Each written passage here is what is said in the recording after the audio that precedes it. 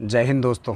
मैं हूं आपका दोस्त रिटायर्ड मरीन कमांडो शौर्य चक्र अवार्डी प्रवीण कुमार तेवतिया और 26/11 Mumbai terrorist attack warrior, 3 time Ironman finisher. ये जो वीडियो है मैं अपने सभी फ़ौजी भाइयों के लिए बना रहा हूं, क्योंकि मैंने कल एक न्यूज़ देखी, उसमें देखा कि जो केसीआर हैं तेलंगाना के सीएम के चंद्रशेखर राव जी शहीद कर्नल संतोष बाबू जी के घर पे गए और 5 करोड़ का चेक उनको दिया और गवर्नमेंट की एक जॉब, ए क्लास जॉब उनको ऑफ़र की और जॉब भी उनको दे दी गई।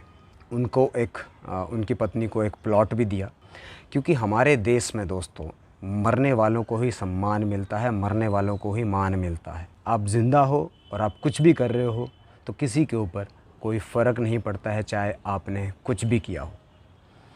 अब देखिए, मैं दोबारा खड़ा हुआ, दोबारा मैंने बाउंस बैक किया और अपनी ज़िंदगी को वापस पटरी पे लेकर आया और आज भी बेहतर कर रहा हूँ। 3 आयरन मैन करना इतना इजी नहीं होता है।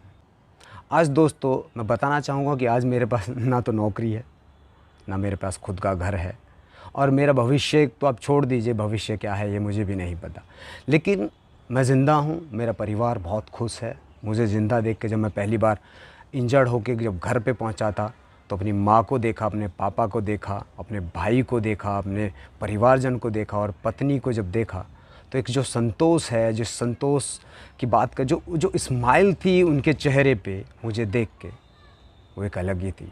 अगर वहीं पे आप मर जाते हो तो आपके लिए वो पैसा, वो जॉब और वो प्लॉट रखे रहते हैं, क्योंकि आपकी ज़िंदगी कभी वापस नहीं आती है और लोगों के लिए आप वैल्यूएबल बन जाते हो मरने के बाद। अगर आप ज़िंदा हो तो आपकी कोई वैल्यू उनकी नज़रों में कभी नहीं होती है, क्योंकि उसके लिए आपको मरना पड़ता है। मरने के बाद ही पता चलता है कि आपके साथ कौन कौन खड़े हैं। लेकिन मैं सही बताऊं तो ज़िंदा रहते हुए ही आपको पता चल जाता है कि आपके साथ कौन कौन है। जैसे मैंने जितनी परेशानियां झेली हैं, इंजर्ड होने के बाद मैंने काफ़ी कुछ झेला है, तो मुझे पता चला कि कोई किसी के साथ खड़ा नहीं होता है अदर दैन योर फैमिली। आपकी फैमिली ही आपके सपोर्ट में खड़ी होती है, ना तो आपकी यूनिट कभी खड़ी हो पाती है और ना ही ये देश के जो लोग हैं वो कभी खड़े हो पाते हैं और ना ही ये पॉलिटिशियन हैं वो कभी खड़े हो पाते हैं। एक घटना का जिक्र मैं आपसे ज़रूर करूँगा। पिछले साल की घटना है। एक सम्मान समारोह था, मैं उसमें गया तो वहाँ पे 3 सोफ़े लगाए हुए थे। मुझे जो टाइम दिया मैं उस टाइम पे वहाँ पे पहुँच गया। तो मुझे पहले सोफ़े पे बैठा दिया गया। 3 सोफ़े वहाँ पे बिछे हुए थे, तो मुझे पहले सोफ़े पे बिठा दिया गया। कुछ देर बाद वहाँ की एक लोकल विधायिका थी, वो आ गई। तो जो पहला सोफ़ा था उससे शिफ्ट होकर हम दूसरे सोफ़े पे आ गए, क्योंकि विधायिका जी हैं तो अकेली तो आएंगी नहीं। कोई भी विधायक वो अकेला कभी नहीं आता है, तो 1 या 2 बंदे उसके साथ में हमेशा रहते हैं। तो हम दूसरे पे शिफ्ट हो गए। थोड़ी देर बाद एक और क्षेत्र के विधायक थे, वो वहाँ पे पहुँच गए। दूसरे सोफ़े से शिफ्ट होके हमें तीसरे सोफ़े पे जाना पड़ा। अब कुछ देर बाद उत्तर प्रदेश के जो कैबिनेट मिनिस्टर हैं वो आ जाते हैं। तीसरे सोफ़े की तरफ वो बढ़ते हैं, तो हमें वहाँ से खड़ा होके पीछे की तरफ जाना पड़ा। पीछे चेयर पड़ी हुई थी, तो अब जो कैबिनेट मिनिस्टर हैं यूपी के, उनके साथ अकेले तो आएंगे नहीं, उनकी सुरक्षा जो गार्ड हैं वो भी साथ में आते हैं। तो हम पीछे जो चेयर्स थी उनकी तरफ गए, तो वहाँ पे सिक्योरिटी वालों ने खड़ा कर दिया कि आप यहाँ पे नहीं बैठ सकते, यहाँ पे तो सिक्योरिटी बैठेगी। तो हम सेकंड रो में चले गए। सेकंड रो में भी सिक्योरिटी वाले आ गए, तो हम थर्ड रो में चले गए। तो पहले सोफ़े से और तीसरे सोफ़े तक का सफ़र और तीसरे सोफ़े से तीसरी लाइन तक का सफ़र। कुछ देर बाद भारत सरकार के जो मंत्री हैं वो आ जाते हैं स्टेज के ऊपर। तो देखते हैं कि पहला सोफ़ा भी खाली, दूसरा सोफ़ा भी खाली, तीसरा सोफ़ा भी खाली, और जो सिक्योरिटी वाले आए थे वो भी साथ चले गए। तो पूरा का पूरा जो क्षेत्र था वो खाली ही खाली। फिर हमें भी स्टेज पे बुलाया गया।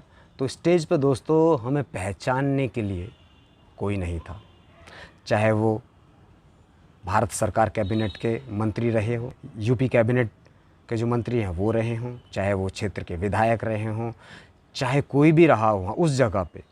सम्मान तो रहा, सम्मान समारोह तो था, वहाँ पे मुझे पहचानने वाला कोई नहीं था। ये घटना बहुत पुरानी नहीं है, ये घटना पिछली ही जून की है। तो दोस्तों, मैं आपसे वही कहना चाह रहा हूँ, जितने मेरे फ़ौजी भाई हैं, अगर आप ज़िंदा हैं तो आपके परिवार के लिए आप सब कुछ हैं, आप ही सब कुछ हैं उनके लिए। उनको करोड़ों का चेक नहीं चाहिए, उनको प्लॉट नहीं चाहिए, उनको नौकरी नहीं चाहिए। हर कोई, चाहे आपके माँ बाप हैं, चाहे आपकी पत्नी है, चाहे आपकी बहन है, वो आपको ज़िंदा देखना चाहते हैं। और जो लोग हैं, लोगों को छोड़ दीजिए, क्योंकि एक गाना मैंने सुना है, कुछ तो लोग कहेंगे, और लोगों का काम है कहना।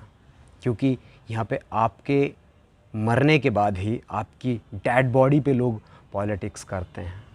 चाहे उसके बाद यूनिट में आपके ब्रॉन्ज़ के स्टैचू बनाए जाएं, या किसी रोड का नाम आपके नाम से रख दिया जाए, किसी चौराहे पे आपका स्टैचू बना दिया जाए, लेकिन आपके परिवार के लिए आप कभी वापस नहीं आएंगे। मैं खुद की बात करूं तो वही मैं कहूँगा कि आज मेरे पास नौकरी नहीं है, मिल जाएगी।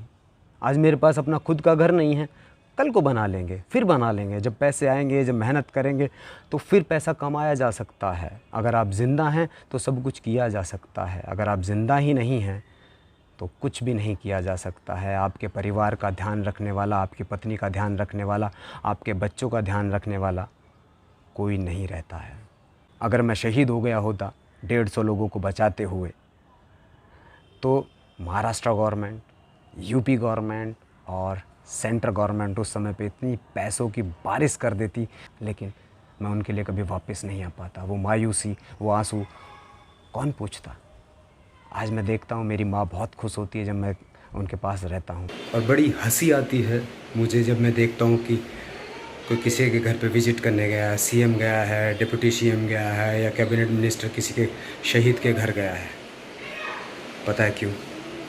क्योंकि मेरे घर पे आज तक किसी सरकारी चपरासी ने भी मेरे घर पे आज तक कदम नहीं रखा। क्यों? कारण ये है कि मैं ज़िंदा हूँ। आप अपनी वीरता की कहानी खुद बताएं, ना कि आपकी कहानी कोई और सुनाए। जय हिंद, जय भारत।